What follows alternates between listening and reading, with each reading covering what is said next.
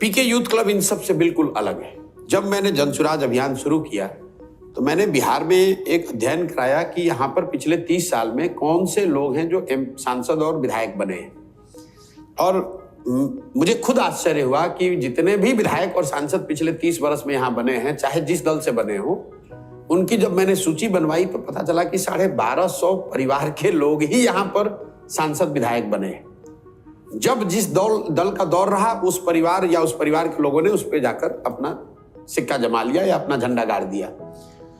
तो मैंने जब इसका अध्ययन किया, मुझे लगा कि भाई इतनी बड़ी बिहार की आबादी है, 13 करोड़ 3.5 करोड़ परिवार के लोग रहते हैं, और ऐसा कैसे है कि 1250 परिवार के लोग ही सांसद विधायक बनते हैं। तो उसकी एक वजह यह है कि अगर आप बिहार में विधायक के लड़के नहीं हैं, बड़े परिवार के बच्चे नहीं हैं, आप में राजनीतिक सूझबूझ चाहे जितनी हो, जज्बा जितना भी हो, आपको आगे बढ़ाने वाला, कोई हाथ पकड़ के आगे बढ़ाने वाला या मदद करने वाला नहीं है। इसलिए मैंने पीके यूथ क्लब शुरू किया है, जिसमें मैं 1 लाख बच्चों को, बिहार में 1 लाख बच्चों को, यहाँ 8,500 पंचायत है, हर पंचायत से मैं 8 से 10 बच्चों को ढूंढ रहा हूँ जो राजनीति में आना चाहते हैं, राजनीति करना चाहते हैं। ऐसे बच्चों को मैं चिन्हित कर रहा हूँ और उनको क्लब के माध्यम से संगठित होना, अपने लिए अपने गांव पंचायत में एक भूमिका, अपनी पहचान बनाना, और फिर धीरे धीरे राजनीति की सीढ़ी पे आगे बढ़ना, वार्ड सदस्य का चुनाव लड़ना, मुखिया, सरपंच, समिति का चुनाव लड़ना, अगर क्षमता हो तो कल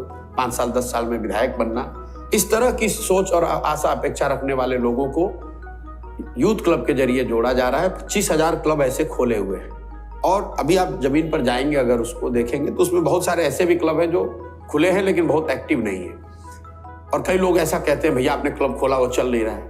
तो उन्हें ये पता नहीं चल रहा है, भाई हमें 1 लाख बच्चों को ढूंढना है। तो हम अगर 2 लाख क्लब, 3 लाख क्लब खोलेंगे तो उसमें से 10, 20, 25, 50% बच्चे ऐसे निकल सकते हैं जो कि ईमानदारी से इसको खोले और चलाएं। मेरा लक्ष्य है कि पहले चरण में 1 लाख बच्चों को अवसर दिया जाए। उसमें से अगर 10,000 बच्चे भी अच्छे निकल गए तो यही बच्चे कल समिति बनेंगे, मुखिया बनेंगे, सरपंच बनेंगे, और इससे बिहार में ग्रासरूट लेवल पे लीडरशिप की क्वालिटी में सुधार आएगा।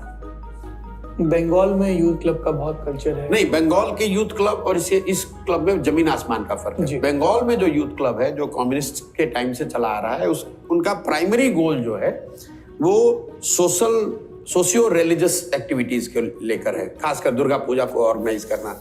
यहाँ पर जो क्लब बनाए जा रहे हैं, ये प्योर, जो लोग राजनीति, एकदम प्योर, उसका मैंडेट यही है कि अगर आपको नेता बनना है, राजनीति करनी है, अपने गांव पंचायत में नेतृत्व करना है तो क्लब बनाइए।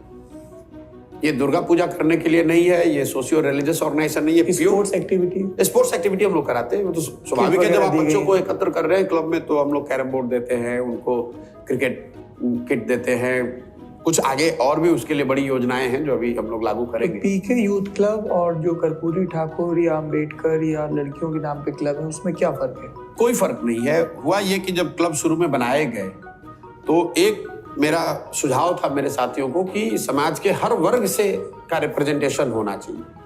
तो गाँव की जो बनावट है, जो दलित परिवार के बच्चे हैं, वो टोले अलग हैं, ईयर मार्क्ड हैं।